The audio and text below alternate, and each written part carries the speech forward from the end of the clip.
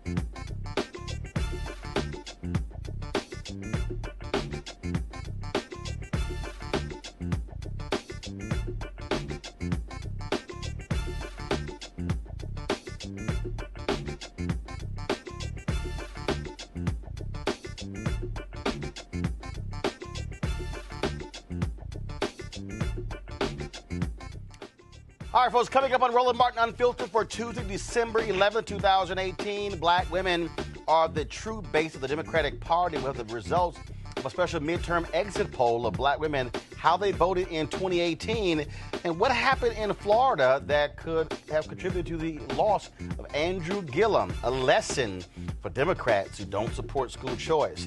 With prodding for the White House, a lot of prodding, Senate Majority Leader Mitch McConnell actually is bringing up the criminal justice reform bill after he got his butt kicked by everybody with all of his excuses saying there wasn't enough time. We'll talk with Hillary Shelton of the NAACP and also Topeka Sam, the Ladies of Hope Ministries, about this potential vote.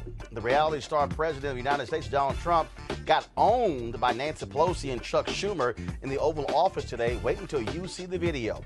Also, John Kelly is out as White House Chief of Staff, but he still will not apologize, be man enough to apologize for lying about Congresswoman Frederica Wilson of Florida. Also, Republican Utah Congresswoman Mia Love leaves the House in January, and she's constantly complaining about the Republican Party's relationship to African Americans and other people of color. Why won't she come talk to black media?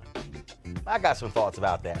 And also, we have updates on the woman whose baby was torn from her arms by the police, the man who murdered Heather Heyer in Charlottesville, as well as election fraud in the North Carolina Congressional District, and, of course, the case of the Tennessee woman who had to serve 51 years for killing the man who made her a sex slave.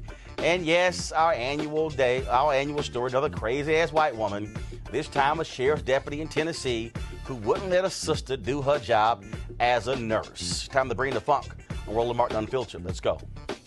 He's got it. Whatever the biz, he's on it. Whatever it is, he's got the scoop, the fact, the find. And when it breaks, he's right on time and it's rolling. Best believe he's knowing. Putting it down from sports to news to politics. With entertainment just for kicks, he's rolling. It's on go, roll, y'all. It's Roland Martin, rolling with Roland now. He's born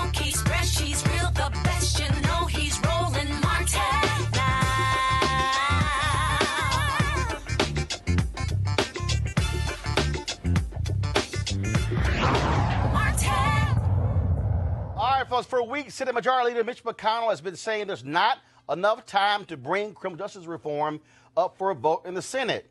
It passed the House in February. What the hell have you been doing? Donald Trump has been tweeting about it. He's been pushed by Democrats and Republicans. McConnell's even been lying by saying, oh, there are not enough votes there. Folks, there's at least 70 votes there to get this passed. Well, today, he finally tweeted out that after some changes, I'm going to call this thing up for a vote. Now, here's some key provisions in the bill. It gives judges more discretion in sentencing offenders for nonviolent crimes, particularly drug offenders. It also places federal prisoners closer to their homes. It allows inmates to request reviews of their cases under the Fair Sentencing Act of 2010. What it also does, it deals with the issue of the disparity between powder and crack cocaine, expands prison employment programs so inmates could earn wages. Now, look, this is not a perfect bill. You have folks on the Democratic side in the House who were not happy, like Congresswoman Sheila Jackson Lee, with the version that passed the House. But this is really the best, I believe, you're going to see criminal justice reform under Republican leadership. Joining us right now is Topeka Sam, founder and executive director, Ladies of Hope Ministries. Also, Hillary Shelton, director of the NAACP Washington Bureau. Topeka, I want to start with you. Look, you served time in prison. You know what this is like. You were one of the folks who was on Capitol Hill pushing McConnell, pushing Republicans to do this. Your thoughts on him finally stop playing games and calling this up for a vote?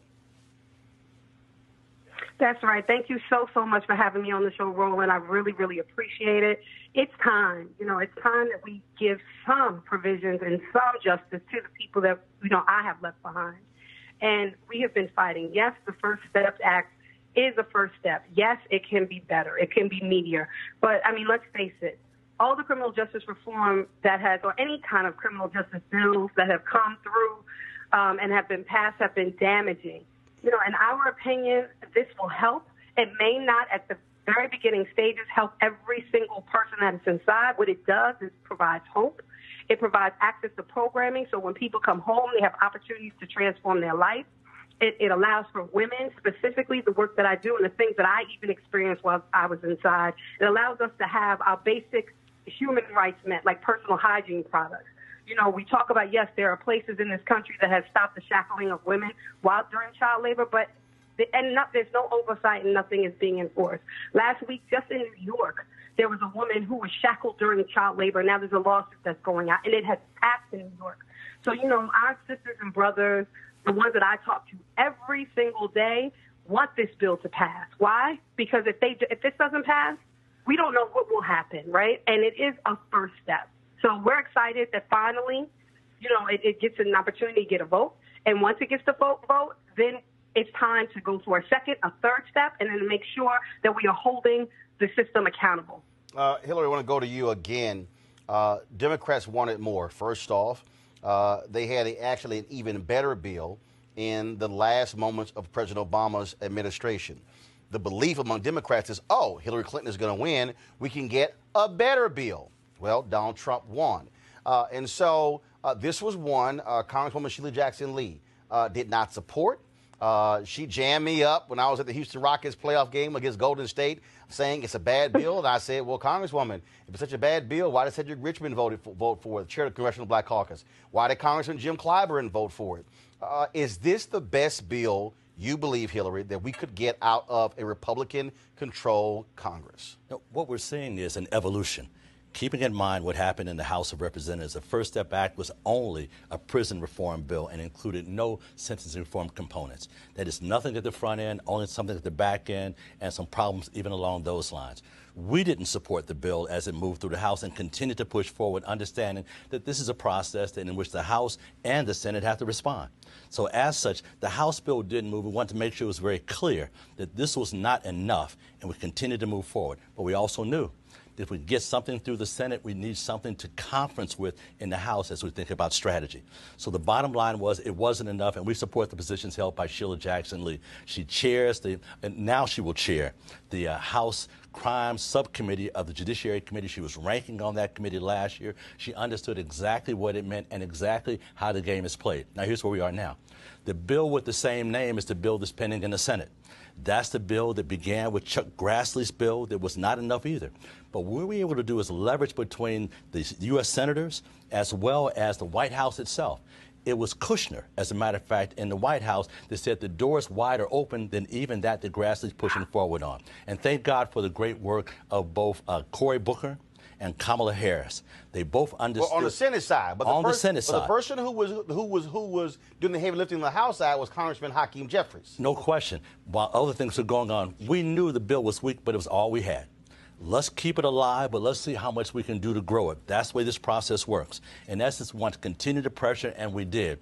Half of the CBC members did not support that bill, and half did. But that's okay. We played the game that way before, and we understood we're grown-ups. We see how that kind of piece of it works. We were able to get something out of it. The way things work on Capitol Hill, if you have a lesser bill in the House and a better bill in the Senate, when you come together in conference, you want to make sure you have something you can negotiate. If we said the bill in the House is all we needed, that's the best we've gotten out of the Senate. But what we have now working in the Senate is something much stronger, much more comprehensive that gets those front-end issues of sentencing reform, those things like mandatory minimum sentences, which is a huge deal, giving more discretion to judges to actually move outside of the sentencing ranges that are very much there as well. We want to make sure that we have a number of things in place, including, as she mentioned, the shackling of women giving birth in our prisons.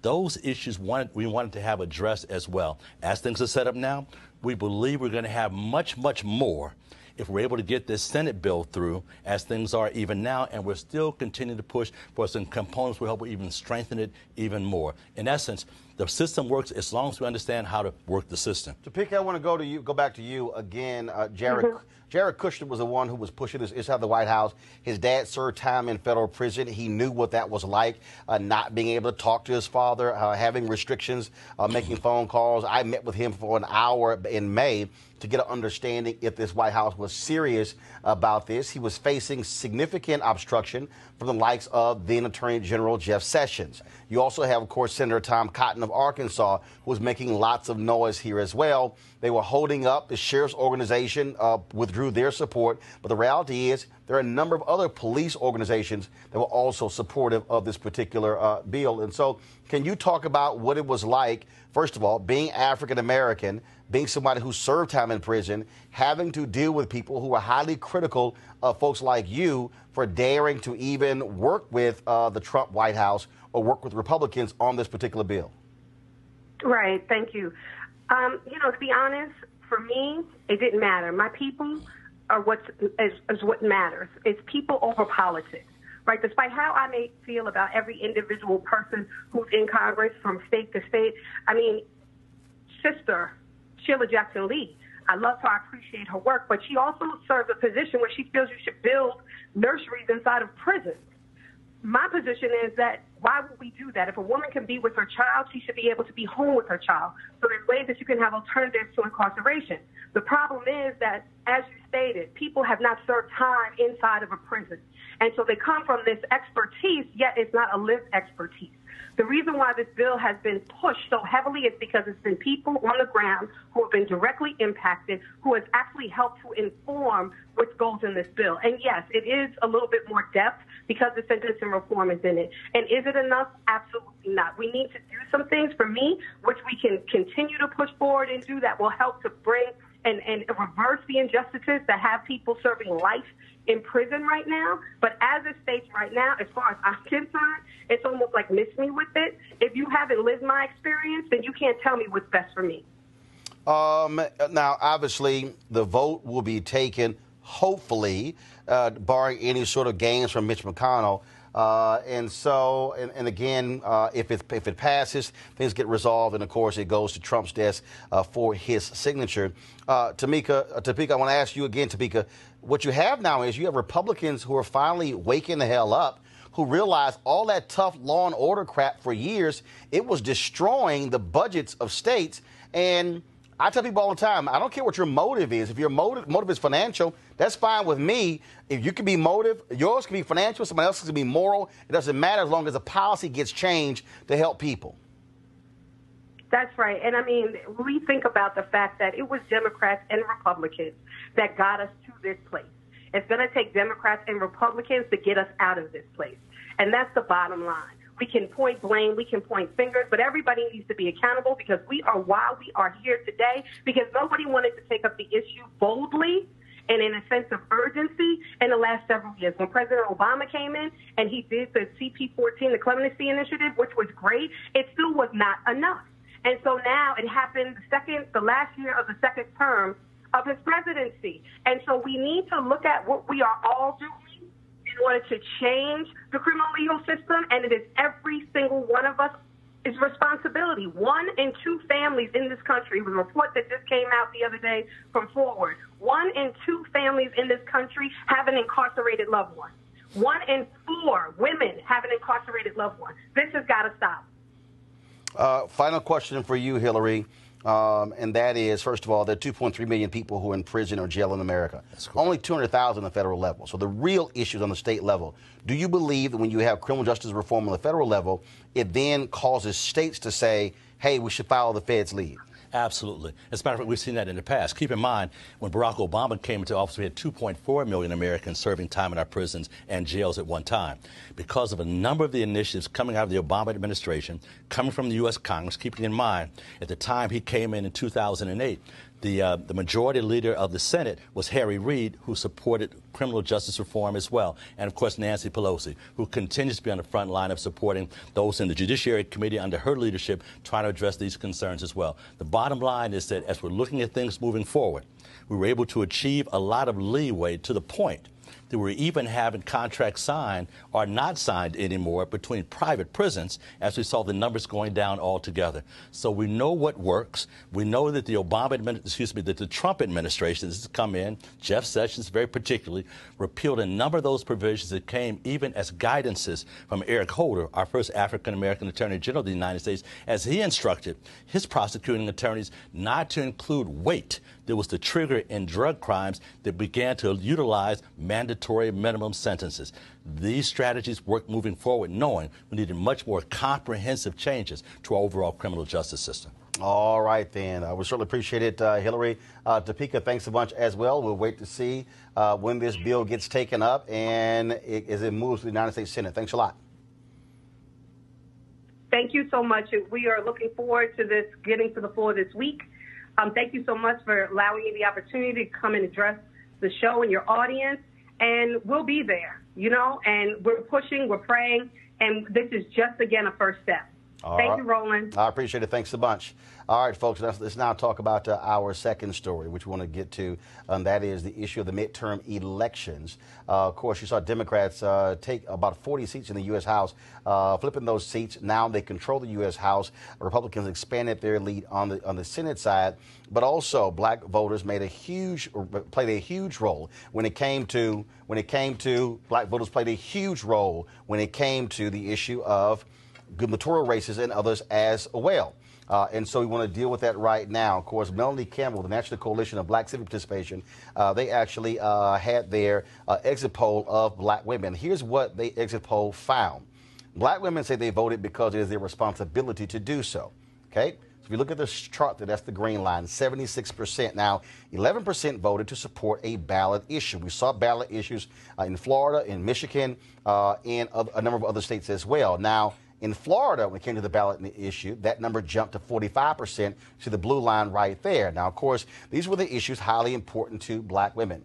Issues like affordable health care, criminal justice, policing reform, equal rights and equal pay, hate crimes, racism, jobs, employment, and voting rights. Now, one of the areas I want to get with, talk to Melanie about, of course, what happened in Florida. Yes. A lot of people saw the initial exit polling that showed 18% of black women voting for Ron DeSantis. Now, if you study the numbers anywhere, first of all, Republicans will tell you black women hate the Republican Party more than anybody else, literally voting 92 to 94% for Democratic candidates. I can't remember the last time you actually saw a polling number where black women were supporting Republicans in double digits, definitely 18%. Remember, Andrew Gillum lost by 31,000 votes to Ron DeSantis in Florida. And so joining us right now is Melanie Campbell with the National Coalition of Black Civic Participation and the Black Women's Roundtable. So, Melanie, I want to talk with Florida first. So can you explain that 18%? Because a lot of folks were like, oh, my goodness, what the heck happened? Right. And I said, okay, you're going to be surprised when you find out. What was the case there? Well, there's the jury's still out on whether that is a good number, because talking to some of our political sciences folks like Elsie Scott and others, that first poll that came out, about 18%, had a very, very nominal number in it when it came to black women, and there is other studies, other numbers that will come out that say that number may even be 90+%. So I'm in the camp to say I want to see a little more depth in those numbers as the hardcore numbers come out, to see if 18% is real. So that was, because I was on the ground a lot. But here's the thing. But here's the thing, though. In that election, and I don't believe the number. Here's the thing, though. That was a piece that was in the Wall Street Journal, where the point was made that for a lot of those black women, they voted for DeSantis on the issue of school choice. And so you have about 100,000 people who are in the Opportunity Scholarship program there in Florida. About 80 or 85% are black and brown. And so that group, I was in a meeting, because also, just folks know, we do our show here with 50 Cans, Education Reform Group. I'm on the board of directors, and so we actually do our show from this office. We actually, pay rent here as well. And so we were in our meeting, and one of the things we talked about was that that group, they had very targeted advertising talking about Andrew Gillum's position on that Opportunity Scholarship and charter schools and school choice compared to Ron DeSantis, and they were aggressively targeting them. I also, in talking to some of those folks, said the Gillum people saw the evidence that it was making a difference, and sort of asked them to pull back because they saw that they had erosion there as well. And so that 18% could explain that. It could, but I'm going to stay in the jury box of let me get a little more evidence, because sometimes exit polls, as we all know, cannot be correct. And so based on all of what I saw and engaged in, really we were down in Florida for really all year, year round. And so I want to wait to see that number. But I will say that, as you were pointing out, the results of our Election Day exit poll, what we do know for sure is when it came down to that ballot initiative around Amendment 4, especially, that we know it had a major influence. So the issues around voting rights and issues around criminal justice reform, those kinds of issues were very much what I heard when I went into communities and knocking on doors. I didn't hear a lot of people even talking about education. Not saying that it's not important, and it may be based on where we were working. But also remember, that was not what came out in the conversations, in the town hall meetings, in the places that I was involved. But that was but here's the piece. That was the conversation, though. What we do know is that when you look at the balloting, there were a number of people who voted, let's say, in the Bill Nelson race who didn't vote in the Andrew Gillum race. And then, of course, you had a much higher number of people who voted for the ballot initiative. Yeah, more people voted for the ballot initiative than anything. And then people could have voted for the ballot initiative and skipped the other two races. Well, the other part of that being, and I'm a native Floridian from, the great big city of Mims, Florida, and understanding that when it came down to the Amendment 4, as you well know, Roland, you supported, this was a work, a labor of love with Desmond and Sheena and everybody down there who really had been working on this for a very, very long time. And so people were that's why you were able to build that bipartisan relationship. But it also said that people who voted, and this is something that as we get to go a little deeper, have to get a better understanding on this. Okay, if you voted for Amendment 4 and Gillum supported Amendment 4 and the other, Scott for Senate and DeSantis didn't, but you voted for that, but you voted for the people who didn't support it. So there's more that has to be done and delve deeper. Look, here's the piece. People vote for different reasons. Exactly. Folks have different interests. And the reason I'm making the point about, again, when you saw the 18% and you saw Gillum lose about 31%, look, it is a lesson. It is a lesson to Democrats who run and who might be strong school choice voices against, because you have to understand, people vote for various reasons. For various reasons, and if you have black women out there, black mothers and black fathers who are saying, yo, the most important thing is education to my kids, they might say, I'm a single issue voter.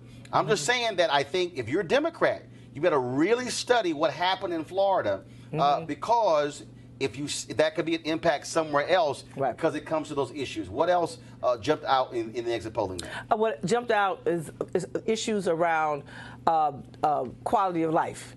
Number one issue, one of the number one issues was affordable health care, right? Concerned about affordable health care being protected, protecting Medicare, Medicaid, and Social Security. And Roland, what was interesting, as we delved in, we had a lot of good numbers with Gen Z, Gen X, as well as older, middle and older voters, black women voters, and those still were the key issues for black women. And so that's for us as we work to get ready for 2019 and 2020, because one of the things people said, well, the only thing people were voting for was going to be on health care. No, it was other kinds of concerns as well. And when you delve deeper in the state, like you talked about Florida, in Georgia, one of the things that we do have deeper numbers that we didn't put out yet. But in Georgia, with the voting rights, so people are paying attention to issues, but it all gets down to quality of life issues, economics, and justice. Like if I had to kind of put them in two big buckets, economic issues and social justice issues stood out. And Roland, remember, we released our poll that we do with Essence in September. Many of these issues were very, very similar as well. And there was a different kind of audience. This was the audience with Essence were higher income black women. These were women who were middle to lower income who were showing up at the polls and filling out this exit poll. So it gave us, and then being able to be in many other places, in the Midwest, in the South primarily, it gave us a lot of good information as we go into dealing with the 116th Congress. When your first segment talked about criminal justice and the issue around that criminal justice reform and how important that is to black women. So we know as Black Women's Roundtable, it would be one of our key issues along with other kinds of justice issues and economic justice Bringing our issues. panelists, Pastor Shannon Wright, third vice chair, Maryland GOP, also Malik Abdul, Republican communications consultant. Shannon, I'll start with you. When you look at these numbers, first of all, again, black women, a huge political force in terms of how they vote. The Republican Party does have a problem because, again, I was in a meeting, I guess, 2 or 3 years ago, with Reince Priebus, his top leadership, and Tara Wall was there, and she said to me, she says, look, black women hate us more than anybody else. There's no other group that votes against the Republican Party more than black women. Well, I hear what you're saying, but in Maryland, we had a similar circumstance. Governor Hogan was the first governor to win re-election in a long time. And the issue that he won because of was school choice. Folks said, look, regardless of what y'all want to do with everything else, we need some good schools for our kids. And that was the issue that really made the difference for him. Regardless to how folks feel about parties, they always feel their children are a higher priority. So whoever is going to look out for the interest of those children with specific regards to education is going to get their support. Malik, again, when you start breaking down what happens, and so you might have a criminal justice initiative, but you also have a school issue, then you might have a healthcare issue. What it also says to politicians, don't think you can come talk to black people, specifically black women, and only discuss one thing. Yeah. I mean, you better have a diverse agenda. Yeah, one of the first things you said on the show, the first time I was on the show, you talked about local politics mattering. And local politics really do matter. I was concerned, I questioned whether or not the strategy in Florida, being so forward with Gillum, with, calling DeSantis a racist, I actually questioned whether or not that was going to work. If you look at the numbers, I think Gillum got 1% more than what was that? Chrysler, the Democrat in the Charlie 2014. Crist. Charlie Crist. Yeah, Charlie Crist. I think Gillum got only 1% more. And if you look at DeSantis ended up getting more. Now, I know we're kind of trying to figure out what the numbers are. No, here's the deal. First of all, he got more of the black, DeSantis got more of the black vote than did Scott. Well, you had a couple of things also happened in Florida. First of all, you had significant turnout in red counties, voting 70% plus, high 60s. Mm-hmm. What you had is, again, we showed on the show the Tallahassee Democrat chart. You had to go down probably 13 or 14 to find a blue county. Mm-hmm. And then Miami-Dade County, which Gillum was banking on to actually win, only turned out 54%. Yeah, if Miami-Dade turns out 65, 70%, Gillum wins running away. So two things. So you have if you're a Republican like DeSantis, you have high turnout in your areas, and then you have lower turnout in areas. If you're a Democrat, you're banking on. Bottom line is you're going to lose because the high turnout areas are going to make up for more populous counties not turning out. Yeah, and I think you're so right about, when you're going back again to, Democrats making, and I'll take that back, not just Democrats, political parties in general take for granted the black vote. But particularly with the Democrats, you can't believe that, your I won't even call them identity politics, but whatever your respective groups are, that you can rely on those groups to take you over the hump. That's not always the case because there are things, we're here in Washington, D.C., and there are a lot of people here who would love for their child, instead of, as great as the school may be for some, they would want their opportunity to allow their child to get a scholarship to go to a National Cathedral instead of finish out their years at Ballou or any of the other schools in the area. Those are opportunities there, and it's kind of Democrats need to pay attention to those things and not assume that blacks are just so anti-school choice. Yeah. Melanie, and I go ahead. With a mother who was a public school teacher, in Florida, Congratulations. right? And I think I came out okay, right? I hope so, right? You did.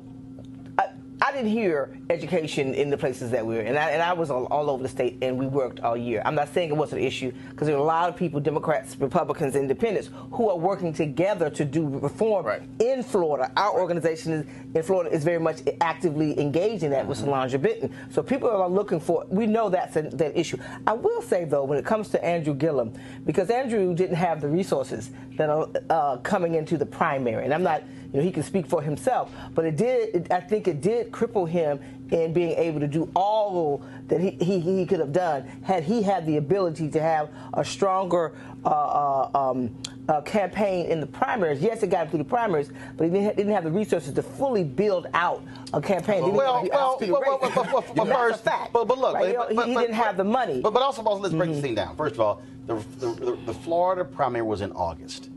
Okay, there are very few places where you have a primary in August. Yeah, that's a good and point. a general election in November. Yeah. And so, whether you're Republican or Democrat, the problem is, you end that. I think that primary was like August 28th. Yeah, it was. So basically, so all in March on Washington. So all you really have is about 68 days between to actually run. But again, though, I think the lesson of this exit poll is that people need to, by studying it, understand it's not single issue, right?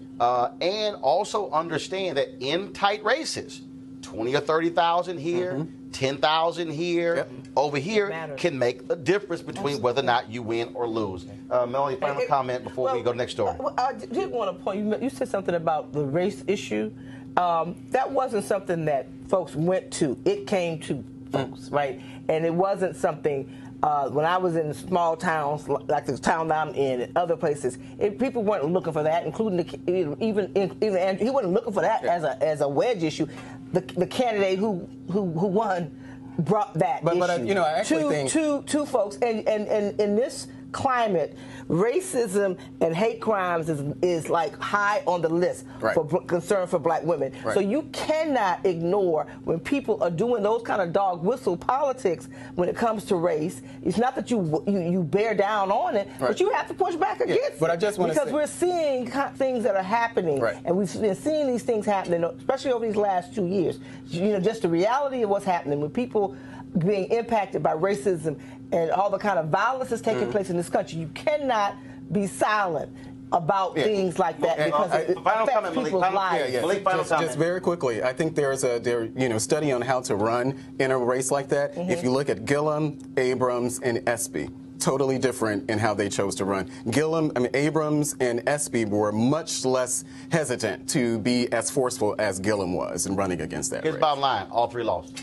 So at the end of the day, you can sit here and nitpick what happened. All three lost. All right, folks, we go to what happened today at the Oval Office. There was a reality show competition taking place there where Donald Trump versus Nancy Pelosi and Chuck Schumer. They wanted it to be a private conversation. Donald Trump said, no, Bring the cameras in. I want to be public. He might be regretting that decision. Press play. Well, thank you, Mr. President, for the opportunity to meet with you so that we can work together in a bipartisan way to meet the needs of the American people. I think the American people recognize that we must keep government open, that a shutdown is not worth anything, and that you should not have a Trump shutdown. You have the White House, the Trump shutdown. You have the White House, you have the Senate, you have the House of Representatives, you have the votes. You should pass it right now. No, we don't have the votes, Nancy, because in the Senate we need 60 votes. No, but in the House. And we don't have. You could bring it up right now. Yeah, but today. I can't, excuse me, but I can't get it passed in the House if it's not going to pass in the Senate. I don't want to waste time. Well, the fact is you can get it started that way. The House we can get passed very easily, okay, and we do. But the problem is the Senate, because we need 10 Democrats to vote, and they won't vote. That's not the point, Mr. President.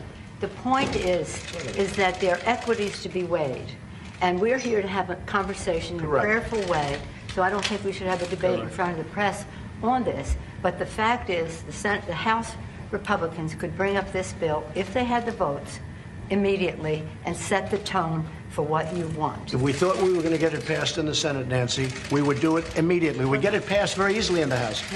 No, we would get it, Nancy, I'd have it passed in 2 seconds. It doesn't matter, though, because we can't get it passed in the Senate because we need 10 Democrat votes. Well, that's the problem. Again, let us have our conversation, then we can meet with the press again. But the fact is that legislating, which is what we do, you begin, you make your point, you state your case.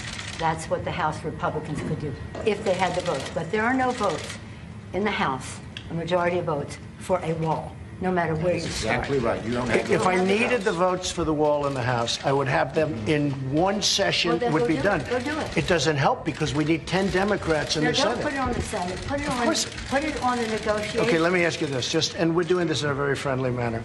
It doesn't help for me to take a vote in the House where I will win easily with the Republicans. You will not win. It doesn't help to take that vote because I'm not going to get the vote of the Senate. I need 10 senators. That's the problem. You have the White House.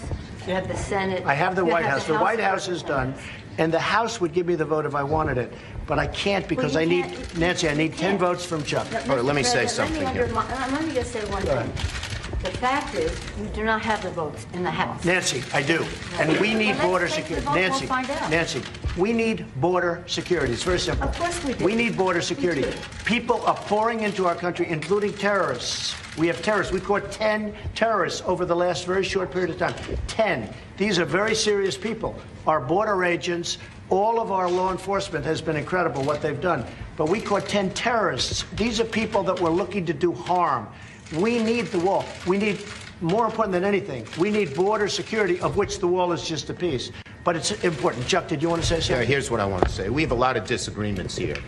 The Washington Post today gave you a whole lot of Pinocchios because they say you constantly misstate how much the wall is built, how much of the wall is built, and how much is there. But that's not the point here. We have a disagreement about the wall, whether it's effective or whatever. Not on border security, but on the wall. We do not want to shut down the government. You have called 20 times to shut down the government. You say, I want to shut down the government. We don't. We want to come to an agreement.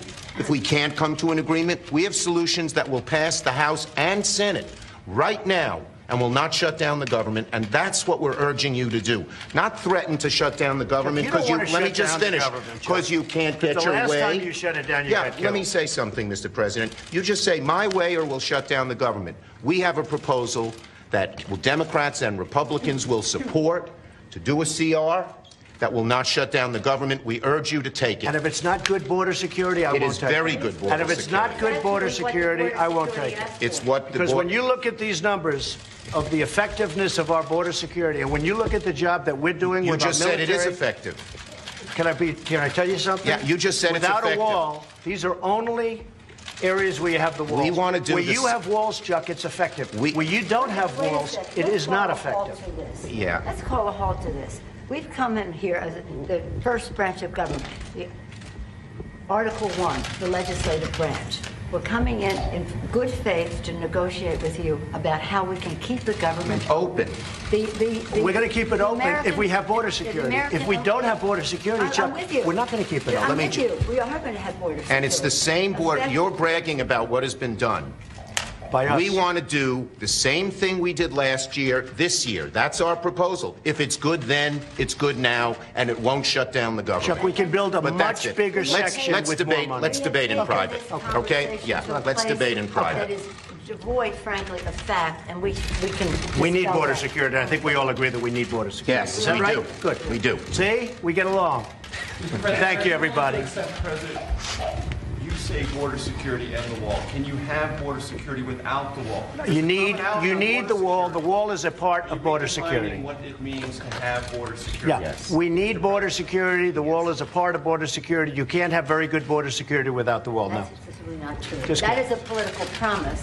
Border security is a way to effectively honor our And responsibility. the experts say you can do border security without a wall, which is wasteful and doesn't solve the problem. It totally solves But the I don't problem. want to take this. And it's very Unfortunately, important. this has spiraled downward when we came at a place to say, how do we meet the needs of American people who have needs? The economy has, people are losing their jobs, the market's in a mood. Our members are already Well, left we have the their homes. lowest unemployment that we've had in 50 years. 60 people of the Republican Party are losing their offices now because of the transition. People are not, the morale And we've gained is in the not- Senate. Nancy, the we've morale gained in the Senate. Excuse me, Now- did we win the Senate? is We not won the the Senate. When the president brags that he won North Dakota and Indiana, he's in real trouble. When I did. Let me say this. We did win Let me say this. North Dakota This and is the Indiana. most unfortunate thing. We came in here in good faith, and we're entering into this kind of a discussion in the public view. But it's not bad, Nancy. No, It's called transparency. I know. It's not transparency when we're not stipulating to a set of facts and when we want to have a debate with you about saying we confront some of those facts without. You know saying what? to the We need public, border security. this That's isn't what we're going to be true. talking about, border security. If we don't have border security, we'll shut down the government. This country needs border security. We The agree wall with is a that. part of border security. Let's have a talk. We're going to get the wall built, and we've done a lot of wall already. How big a part of border security is the wall? Is It's that a big essential? section. It's a big part of Is it. it everything that you need? It's a big part of it. We need to have effective border security. We need a wall in certain enough parts. of No, him. not at Okay, all. take the audio out of my ear, please. After the meeting, Nancy Pelosi talked to her Democratic caucus and reportedly said, quote, it's like a manhood thing for him, as if manhood could ever be associated with him, this wall thing. She also said, of course, outside, she said, we didn't want to say in front of those people, you don't know what you're talking about. Malik, I thought the entire performance was shameful. now again, the Democrats did not want the press in there. What Trump said, no, bring the cameras in. Based on the clips that you just showed, what I heard Nancy say at the beginning of that clip, she started down the road of it being a Trump shutdown.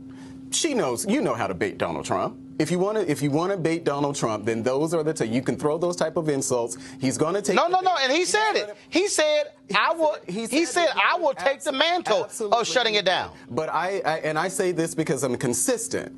I will consistently say that I think that regardless of how you feel about a president or whoever, I respect the office of the presidency.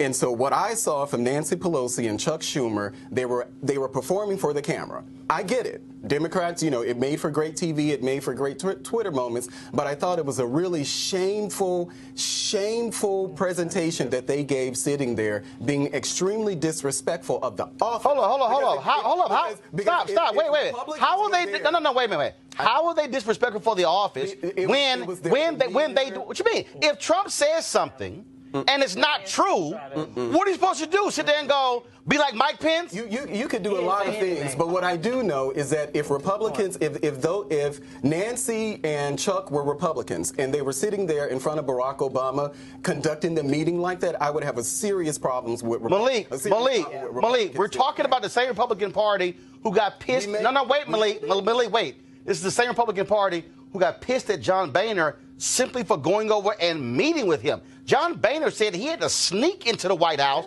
because Republicans would jack him up when he met with Obama. Melody, your thoughts on today's meeting discussion? It's time for everybody to go home, right?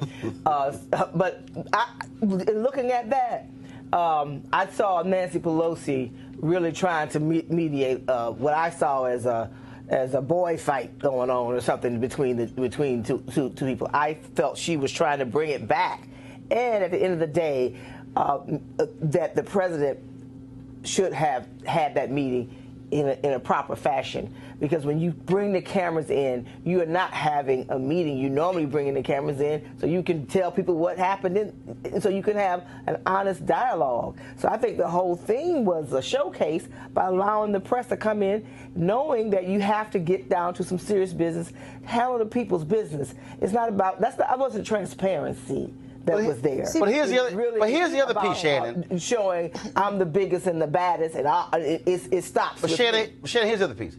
He doesn't have the Republican votes. He doesn't. That's why she said, dude, you don't have them. Oh, I can get them in a second. He doesn't have them. So here's the thing. He's the president. He campaigned on building that wall. Regardless of... Hold on, factually correct. He campaigned on Mexico paying for the wall, not American taxpayers. So anyway, as I was saying, he campaigned on getting that wall built. Now, he's trying to stick to that. I get it. He's trying to apparently try and have a little bit of transparency, having the cameras there. Now, however, you will not get the honest responses in front of the cameras that you'll get behind the responses. If you are in any kind of board or political board, you understand that there are times when you go into executive session and you tell everybody, get out, so that you can handle what you need to handle. However, there are certain times when you're damned if you do and damned if you don't. If they'd gone just behind closed doors, then everyone would have had their own spin on what really happened behind those closed doors when they all came out those doors. Well, here's a tweet. Here's a tweet. Well, you come out together and talk about what happened. Yeah. First of all, I rarely. Hold on one second. You will rarely see me quote Ann Coulter or anything. But here we go to my iPad. This is what she tweeted. Even a Washington Post reporter knows that not 1 inch of Trump's wall has been built. Does Trump think his supporters are dumber than a Washington Post reporter? Yeah, he does. He thinks that. You know, and the thing here is very simple. You haven't spent the money. Trump kept saying Mexico's going to pay for this wall. American taxpayers like, all right, cool, dude. Why in the hell are we going to pay for it?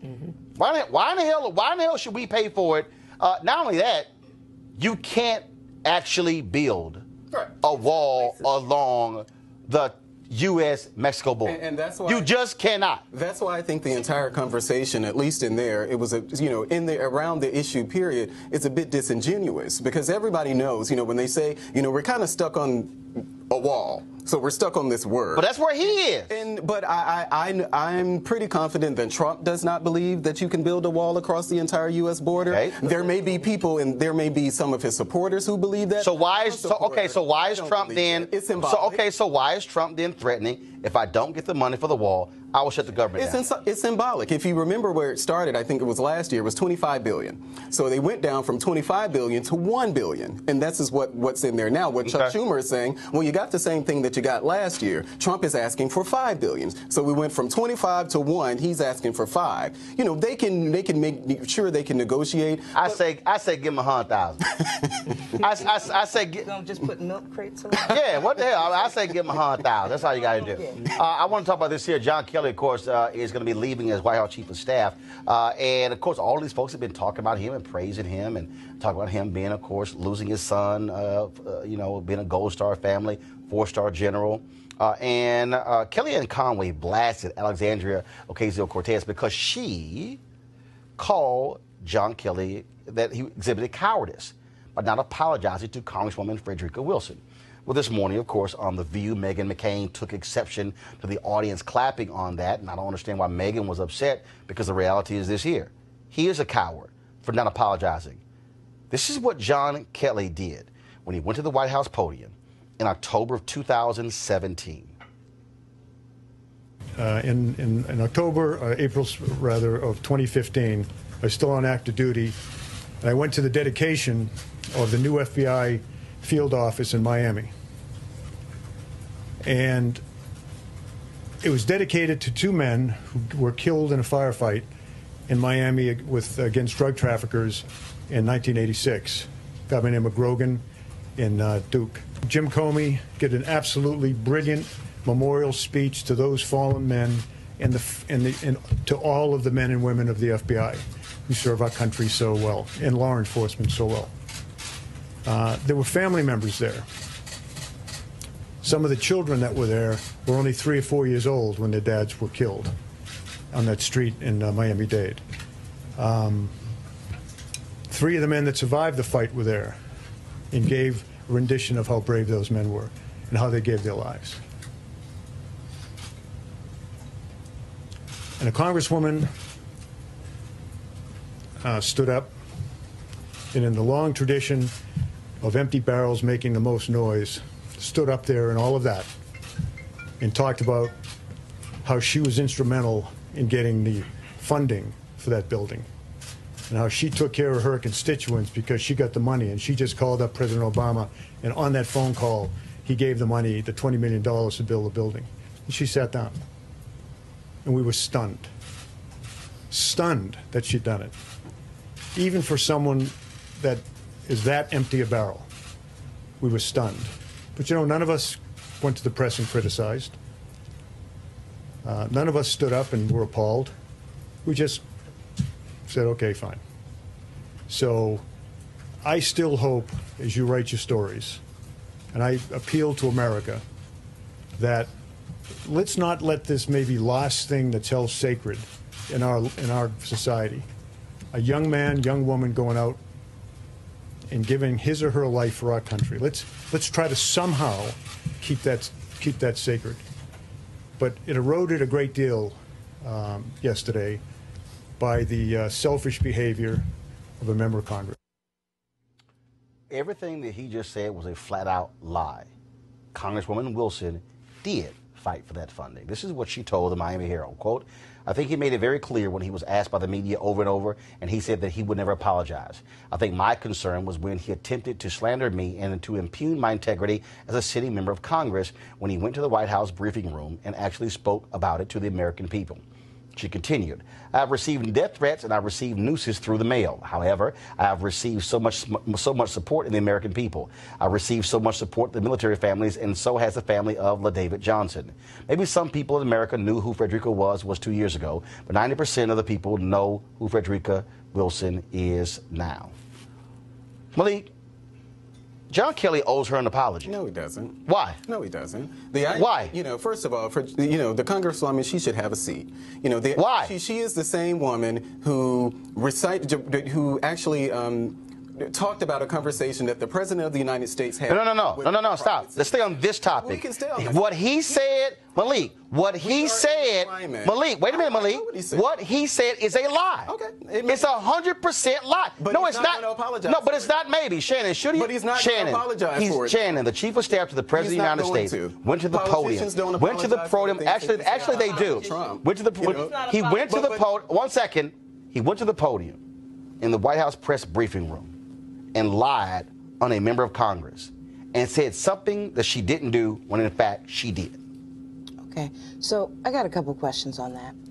I understand the concept that folks think that she is owed an apology. But when you look at a lot of the things and a lot of the way people behave, there's a lot of folks that are owed apologies. And they don't get them. Okay, I'm asking you a question. Should the chief of staff apologize to this sister, a member of Congress? Go ahead. If there are some apologies, they should be mutual.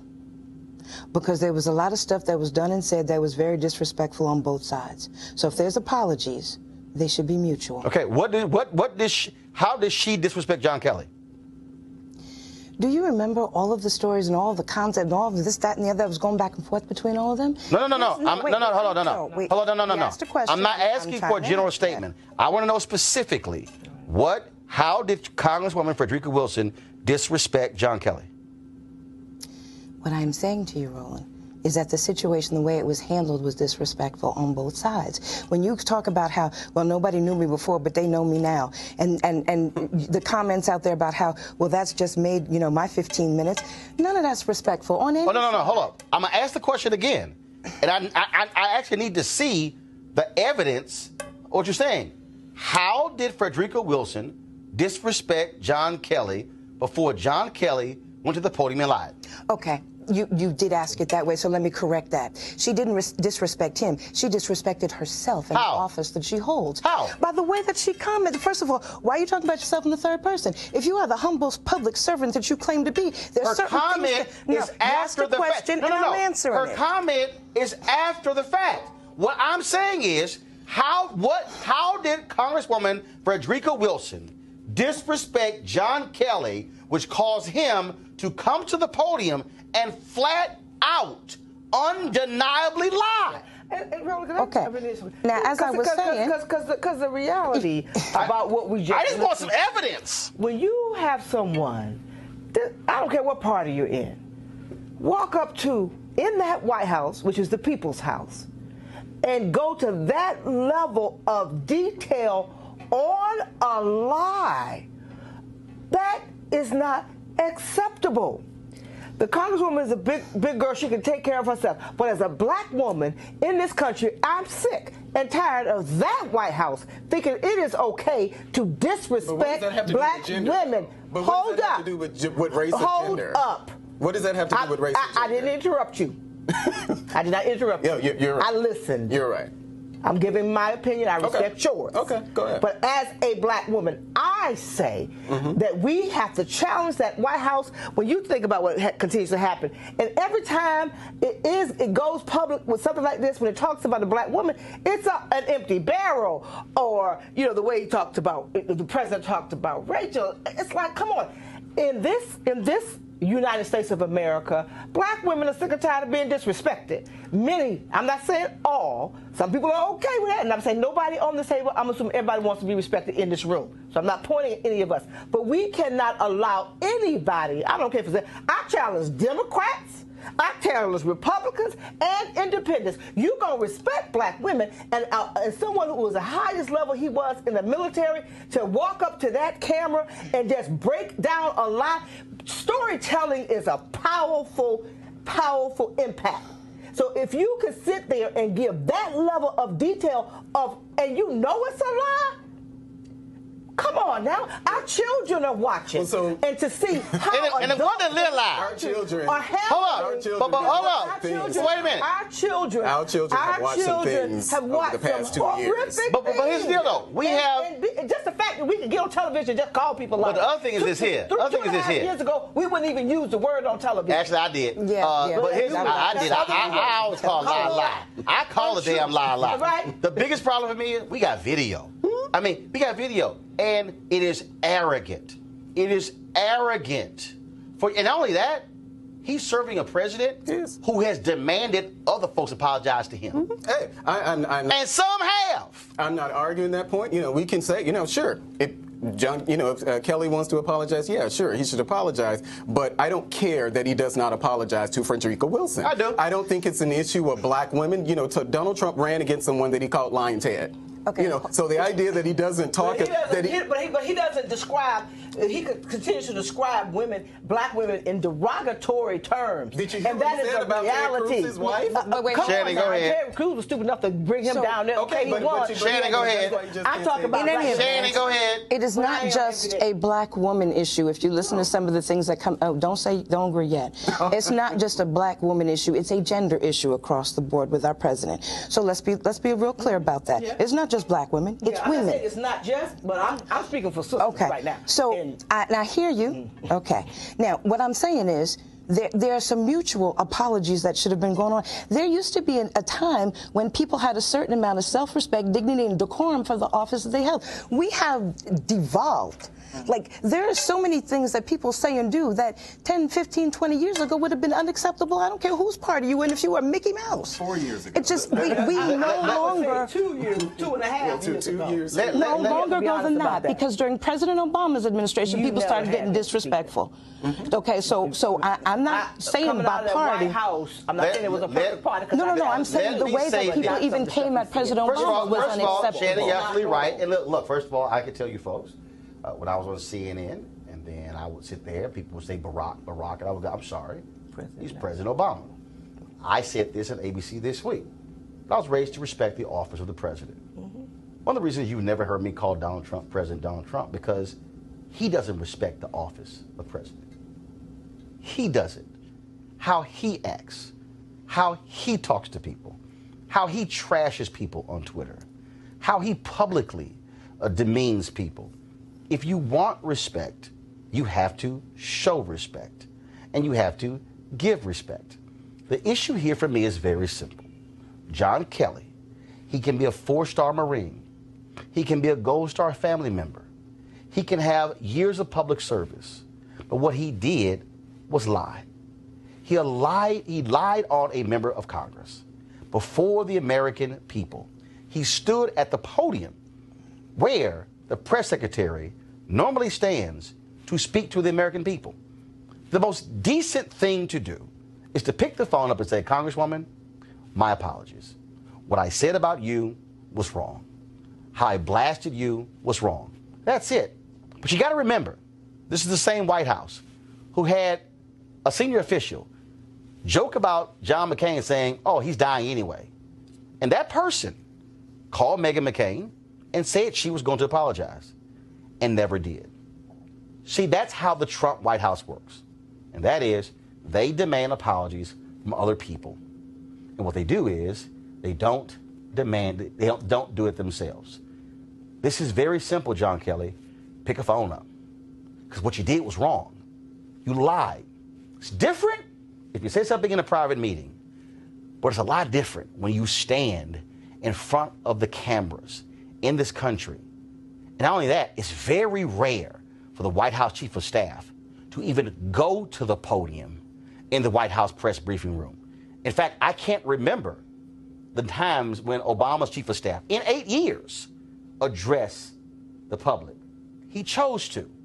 And that's the difference, I believe, in this case right here. All right, here's a word from one of our partners, folks, and we certainly appreciate them supporting our show. We want you to write this website down, marijuanastock.org, marijuanastock.org. I'm going to tell you why. As we transition into the holiday season, this is the time when we start thinking about giving and sharing. Sometimes the best gift that you can give someone is an opportunity that could potentially change their lives. That's why our friends at Transatlantic Real Estate have created an investment opportunity for the everyday investor. It involves legal marijuana and crowdfunding. Now, we all know that legal marijuana has created one of the fastest growing industries in this country. We also know that crowdfunding makes it easy to be an early investor of an opportunity. This, folks, is a no-brainer. But what Transatlantic Real Estate is doing is they have a business model that is simple to understand.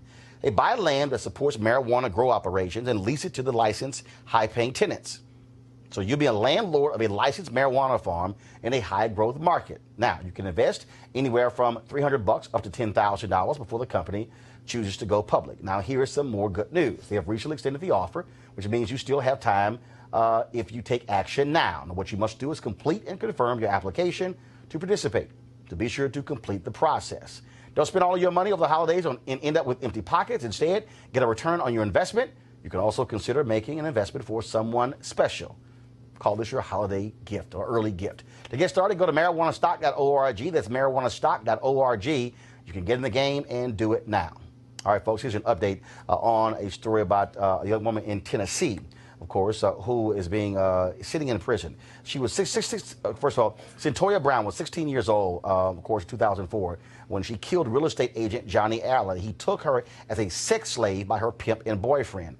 Folks, she is serving 51 years before she's being eligible for parole. Now, today, the outgoing governor, Bill Haslam, says he will consider a pardoning her before he leaves office. And so we'll certainly keep you abreast of that particular case. Also, folks, he did the crime. Now he's going to do the time, a whole lot of time. James A. Field Jr., who is an avowed neo-Nazi, was sentenced to life in prison plus 419 years for the murder of Heather Heyer and injuries suffered by bystanders. Fields was at the United rally in Charlottesville, Virginia, when he decided to ram his car into a crowd of counter-protesters. In fact, he drove from Florida to this rally. The jury was instructed if they could order that these sentences be served concurrently, but they didn't. So James A. Fields will die in prison. He's 21 years old, so he's going to have a long time to think about what he did to kill Heather Heyer. All right, folks, I do want to do this. I have Malik and I have Shannon here. I just want to get their thoughts on this. So Congresswoman Mia Love, she has been... she lost her race. She has been very outspoken about the Republican Party and how they treat women, but also how they treat minorities. And I've seen her all over the place. I've seen her on The View. I've seen her She's talked to the Washington Examiner. She was at, I think it was a Politico conference today. And so she was on an Ari Melber show. I mean, she's been all over the place. She ain't talked to no black media. Now, we've been trying to call her to get her on our show. We said, you can come. We can come by to the 6 o'clock. We'll pre-tape you. We can do a Skype. We can do a FaceTime. No luck. I've sent her people another email saying, look, she could do phone on the Tom Joyner Morning Show on my segment Mondays and Wednesdays, 7:15 Eastern, 7:24 Eastern. Okay? Still waiting to find out. Both of y'all are Republican. I'm just trying to understand. If you keep talking about how the Republican Party not reaching out to minorities, shouldn't you talk to black media? You scary. Yeah, well, let's be real about it. You scary. But hold up. If I'm scary, okay, here's the deal. Senator Tim Scott has talked to me. Michael Steele has talked to me. Congressman Will Hurd has talked to me. Alan West, when he was a congressman, he's talked to me. Bob Brown has talked to me. A whole slew of black conservatives talked to me at the Republican National Convention. Darrell Scott, he's talked to me. Then when he jammed him up for lying, said I call him an Uncle Tom, then he was like, okay, you know what? You're right, I ain't do that. So it's a whole list. Man, hold up. I just talk about the white conservatives. Ben Carson sat me for a whole hour on the show. He's talked to me. Excuse me. I ain't done. No. I thought another black person. Okay. Scott Walker. Hold up. No, I'm going through at the convention. Scott Walker talked to a brother. I think Christie talked to him. I know Scott Walker did.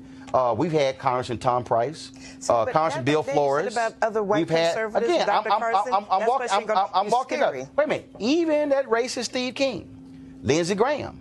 So all I'm saying is, if you Mia Love, you ain't got to be scared of a brother. Well, I don't even... I'm going to give you an opportunity to talk. But my point is, don't run out here talking to everybody else about Republicans and what they're not doing for minorities. You should be one of the first ones talking to black media. Well, I take your point, but for me, even outside of media, I would have loved to hear the Congresswoman express these concerns before she lost. I think it probably would have been, far more powerful. Far more powerful. So, just like when Senator Tim Scott, when the Wall Street Journal criticized him for voting against Thomas Farr, and his response was a column saying, well, don't send up judges with racial issues. Right. So I would have, and not just with Mia Love, but, with people in general, I would love for you to, as you're a member of the party, you're inside the party, you have power, you have an apparatus to do things, bring these things to our attention. I understand that Utah probably is about maybe 2%. I appreciate what you're saying, but that's incorrect. When you're a candidate running for office, and I'm speaking from experience on this one, you see which way the wind is going. You see how things are going, but you're not going to do what you think may help it to go that way faster. Oh, no. So you're not going to I don't mean... Janet, finish your point. So you're not going to do or say certain things before the election. So I understand her not saying that publicly before the election. That would not have been a good political move for her. Well, it would have been a good media community feel-good kind of thing to see her come forward and say that. But it would have done her more harm than good before election day. I'm not talking about the campaign. I'm talking about her entire time in Congress. I'm not specifically talking about this short period where she was running for re-election. I'm talking about during her time in Congress. And she may have those type of outreach opportunities that are somewhere for people to see, but I just wish she would have had those same sort of criticisms and conversations with the party before she started running for re-election. I get all of that. But you don't know that she didn't. I get all of that. And that's true. I get all that. We haven't heard it until now. I get all that, but let me be real clear, Melody. Michael Steele was chairman of the Republican National Committee. Michael Steele came on the Tom Joyner Morning Show. Not a problem. Every time I call, Michael was there. Had him on my show, Washington Watch, News One Now, always there. Radio show, not a problem. You can't be a black conservative and say what the party's not doing if you don't do it yourself. Now, that's a valid point. Matter of fact, that's a mic drop. So we're just gonna go ahead and end the show on that one. We're just gonna go ahead and end the show on that one. So all I'm saying is, we are more than welcome. She is still a member of Congress until the next one is sworn in January. We are more than welcome to have Congressman Mia Love, again, physically here, on the phone, Skype, FaceTime, Google Duo. We'll use any of the platforms made possible. Go to the church is open. But will you play nice? Huh? Will you play nice? Oh, I always play nice. Roland. No. Listen. Hold up. Listen. Hold up. Listen, I'm of an If y'all, hold up. But I heard Any of y'all watching? you gave. If any of y'all Come on watching, now. if you want to know if I play nice, first of all, this is real simple. I play nice with everybody. Don't lie. See, the moment you lie, see, Malik know his first time on the show. Malik know. Malik, tell the people what happened. Quick step. You made a mistake. Yep. And it was like, damn, I lied. Yep. And I got busted. And I couldn't come from under it. No. And then he's like, and what else? You like, next time I come on, I said, oh, this not gonna happen again. you say it's gonna happen again. That's all. That's all. Yeah. You can ask your Michael Singleton. I'm gonna give everybody a shot. But if you lie, I got you. gotcha. Who was the first name on your list of white conservatives? Oh, Tom Price. No. Who was the first name I think he said that mistake, on didn't he? your... No, I was about to go to the list of white conservatives. Oh. Then I went, damn, hold up. There was one more black person. So that No. was Freudian? I'm going to tell you. No, it wasn't. Scary. No, it's not what it was. Scary. I was about to name the white conservatives who come on. Then I went, hold up. It's one more black person. Right. So I went, Carson. And then, no, it was Tom Price. Slip, I understand. No, it was Tom Price. Right. It was Pete, the guy Pete Olson. Steve King. It was the dude from Kansas who lost, Steve King, Lindsey Graham. It was also another white guy, Bill Flores. But he's Texas A&M Aggie, so it doesn't really count because I'm an Aggie. That's why also it helped to come on. But again, all I'm saying is this: it is real simple. Come talk to black people. That's all you gotta do. I ain't gonna bite. I put my hands behind my back. I give you a hug before we start. All I'm saying is, don't lie, or you're gonna get the Malik treatment. That's what it's called. You know, like when you go into a store and they give you like a certain massage. You know, like when they get like a certain treatment at the spa and they name it. The Malik treatment. If you come live, Roland Martin Unfiltered, you're gonna get the Malik treatment. It ain't gonna end too well for you. I'm just saying, it's gonna loosen you up though. All right, y'all. Don't forget, I want y'all to support Roland Martin Unfiltered by going to RolandMartinUnfiltered.com. Please join our Bring the Funk fan club. Every dollar you contribute certainly goes to making this show possible. We've got some great things planned in 2019, but it can't happen without you. Also support our advertisers at marijuanastock.org. We certainly hope you support them as well. And then tomorrow, I'm gonna tell y'all about how y'all can get one of these pocket squares, because you know I'm always about having some creative pocket squares. And so I see Malik got the red, but see Malik, you need that's kind of boring. I can get there. You need something like this. So I'm explaining to y'all tomorrow how y'all can get one of my unique pocket squares. So we're gonna break that down for you as well. And so Melody, thanks so much. Malik, Sharon, thank you so very much. And Congresswoman Mia Love, brother waiting on you. I'll show you some love. Mia Love. Holla!